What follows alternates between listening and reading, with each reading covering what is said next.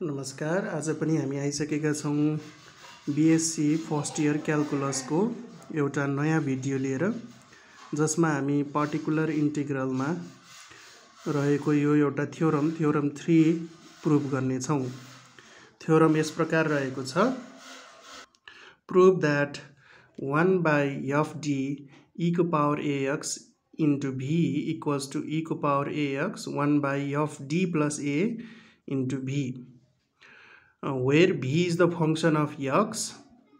or a constant। कि v चाहिँ कि त constant हो कि चाहिँ x को function हो।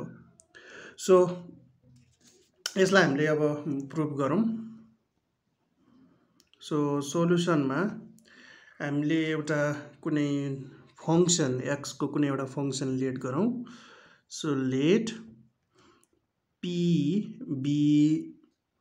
a function of x, हैन, p चाहिँ x को कुनै एउटा फंक्शन हो भनेर हामीले एज्युम गर्यौं। त्यसो हो भने देन हामीले के गरौँ, यो x को फंक्शन हो भने e को पावर ax ले p सँग मल्टिप्लाई गर्दाखेरि जुन प्रोडक्ट आउँछ त्यो प्रोडक्ट को डेरिभेटिभ्सहरु निकालौं, डिफरेन्ट डेरिभेटिभ्स, हैन। देन डेरिभेटिभ अफ e को पावर ax इन्टु p। अब p हामीले अलरेडी भनिसकेका छौं x को फंक्शन हो भनेर भनिसकेका हौं। सो त्यसो हो भनेदेखि यसको डेरिभेटिभ गर्दाखेरि यो पनि x को फंक्शन, यो पनि x को function, derivative with respect to x गर्दाखेरि यो दुईटैको प्रोडक्ट रुल लगाउनु पर्यो। प्रोडक्ट रुल लगाउँदाखेरि के हुन्छ त, सो फर्स्टमा e को पावर ax लाई छोड्दिने, डेरिभेटिभ अफ p हो, प्लस त्यसैगरी यसको फर्स्टलाई डेरिभेटिभ गर्ने, अर्थात a e को पावर ax, हैन। डेरिभेटिभ अफ e को पावर ax भनेको a e को पावर ax इन्टु p भयो हो। सो यसलाई मैले अब यहाँबाट कमन लिने हो भने e को पावर ax कमन आयो, अनि d प्लस a बाँकी रह्यो र p को पनि कमन आयो पछाडि, जसलाई चाहिँ हामीले पछाडि लेख्यौं। सो त्यसैगरी यसको अब सेकेन्ड डेरिभेटिभ निकालौं, हैन। सिमिलरली d स्क्वायर e को पावर ax इन्टु p भनेको के हुन्छ त, d डेरिभेटिभ अफ यो d स्क्वायर भनेको d इन्टु d e को पावर ax इन्टु p हुन्छ, अनि d e को पावर ax इन्टु p हामीले यहाँ माथि निकालिसकेका छौं। सो d e को power ax d plus a into p। So यो एउटा फंक्शन भयो, यो पुरै अर्को फंक्शन भयो, हैन। सो फेरि पनि यहाँ डेरिभेटिभ गर्दाखेरि u इन्टु v, जहाँ u भनेको चाहिँ e को पावर ax हो, v भनेको चाहिँ d plus a into p हो। सो यसलाई डेरिभेटिभ अफ uv गर्ने हो भने प्रोडक्ट रुल लगाउँदाखेरि सो के हुने भयो त, e को power ax as it is, र यो मल्टिप्लाई गर्दाखेरि d square plus da into p,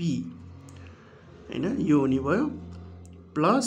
यसको फेरि डेरिभेटिभ गर्दाखेरि चाहिँ e को पावर ax इन्टु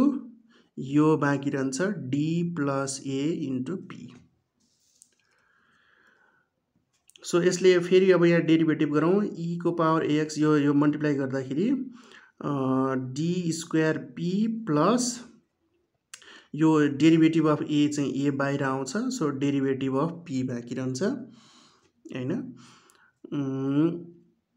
प्लस अब यो जुन छ यसलाई तल लेख्छु म, a e को power ax into derivative of p plus a into p।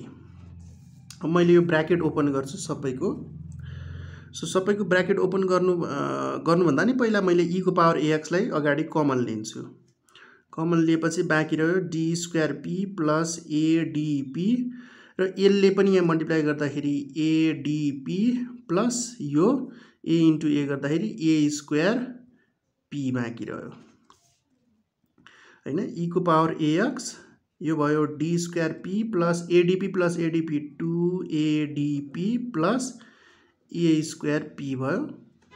फेरि यहाँबाट यो p कमन आउँछ, त्यसलाई मैले पछाडिपट्टि लेख्छु। सो e को पावर ax बाँकी रहन्छ D square plus 2AD plus A square P हुन्छ। अब यसलाई मैले A square plus 2AB plus B square भने यसलाई मैले डी प्लस ए को होल स्क्वायर इन्टु पी लेख्न मिल्यो। सो यसरी हेर्दाखेरि हेरौँ है त। अब फर्स्ट डेरिभेटिभ DEAX P भनेको चाहिँ e को power AX D plus AP हुँदो रहेछ हैन। फर्स्ट डेरिभेटिभ लिँदाखेरि यस्तो हुँदो रहेछ। अनि सेकेन्ड डेरिभेटिभ हैन D स्क्वायर भनेपछि सेकेन्ड डेरिभेटिभ लिँदाखेरि चाहिँ यसमा स्क्वायर आउँदो रहेछ भनेपछि त्यसै गरी हैन जेनरली हेर्ने भने चाहिँ इन जेनरल हामीले आर्थ डेरिभेटिभ लियौँ भने DR भनेको आर्थ डेरिभेटिभ अफ e को पावर AX इन्टु P गर्यौँ भने चाहिँ के हुन्छ त e को power AX D plus A को आर्थ पावर P हुँदो रहेछ होइन त। त्यसो हो भनेदेखि अब यसको लिनियर सम हैन यो डेरिभेटिभ्सहरुको लिनियर सम गर्ने हो भनेदेखि त हामीले के आउँछ त। सो ल यसरी हैन dr e को power AX into P plus dot dot dot गर्दै यो आर्थ पावरदेखि घटाउँदै आएर सेकेन्ड पावरमा e को power AX plus P into P plus first power D e को पावर AX इन्टु P गर्ने हो भने यो पनि त्यसरी नै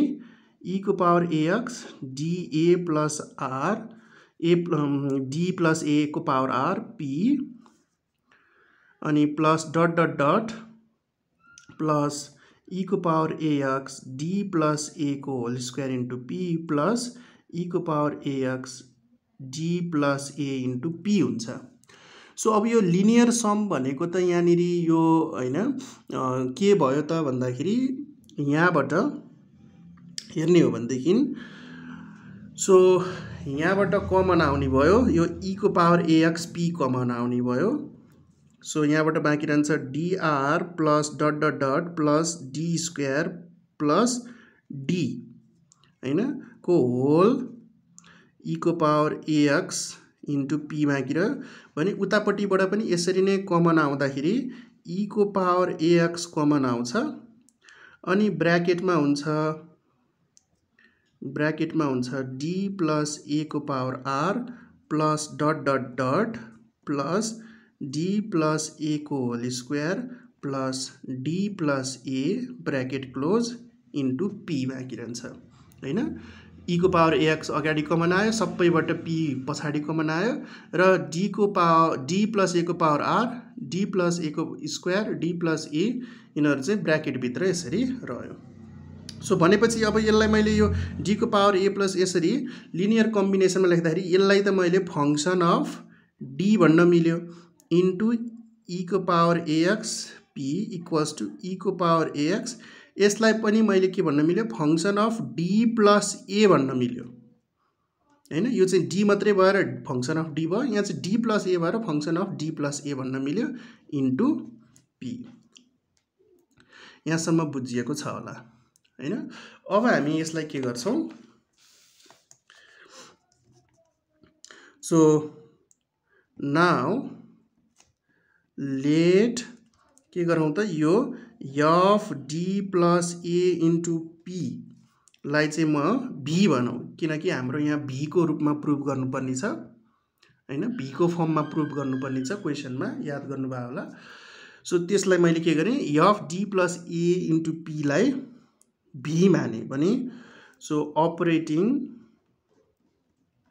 operating on both sides by 1 by f d plus A ले अपरेट गर्नु पर्यो हैन भने मैले के पाउँछु त वी गेट यसमा अपरेट गर्दाखेरि सो यो भनेको P हुने भयो हैन यो यसले 1 by f d A र f d plus A यो दुईटा क्यान्सल भयो भनेपछि यता P बाँकी रह्यो भनेपछि यता चाहिँ कतापटि के हुने भयो 1 by f d plus A into v हुने भयो हैन। सो यसलाई मैले अब यो P को भ्यालुलाई लगेर यहाँ माथि यो इक्वेसनमा सब्स्टिट्युट गर्दिन्छु हैन। यसलाई मैले इक्वेसन 1 भने ल हैन सब्स्टिट्युटिङ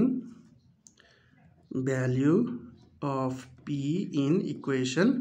1 मा सब्स्टिट्युट गर्यो भने के हुन्छ त यहाँ माथिको यो जुन इक्वेसन छ f d e को पावर ax र p को ठाउँमा यो लेख्न मिल्यो हैन p को ठाउँमा यो लेख्न मिल्यो मैले ब्र्याकेट राखेर 1/f d plus a into v लेखेँ हो p को ठाउँमा इज इक्वल्स टु e को power ax f d plus a into 1/f d plus a into v भयो हैन त यो बुझ्यो होला हो सो के गर्यौं हामीले यो माथिको इक्वेसनमा सब्स्टिट्युट गर्यौं सब्स्टिट्युट गर्दाखेरि यसरी हेरौं एकचोटी यसलाई नजिकै राखेर फेरि पनि सो f d भनेको f d नै छ e को पावर ax भनेको e को पावर ax नै छ p को ठाउँमा हामीले के गर्यौं 1/f d plus a into v 1/f d plus a into v गर्यौं इक्वल्स टु e को power ax f d plus a p को ठाउँमा फेरि के गर्यौं 1/f d plus a into v गर्यौं ओके सो त्यसो गर्दाखेरि अब हामीले यहाँ के पायौं भन्दाखेरि सो देयरफोर f d मैले यसलाई भित्र लेखेँ e को power ax 1/f d plus a into v equal to यो f d plus a र f d plus a cancel भयो हैन बाहिर र भित्रको सो बाँकी रह्यो यहाँ e को पावर ax into v बाँकी रह्यो हैन त सो मैले अब यो f d लाई उता लिएर जाने हो भने हैन यसलाई अरै भनौं और f d लाई उता लिएर जाने हो भने e को power ax 1/f d plus a into v is equals to 1/f d e को पावर ax into v भयो हो सो यसलाई मैले अगाडि लेख्छु यसलाई पछाडि लेख्छु है त finally therefore 1/f d e को पावर ax into v भनेको चाहिँ के हुने भयो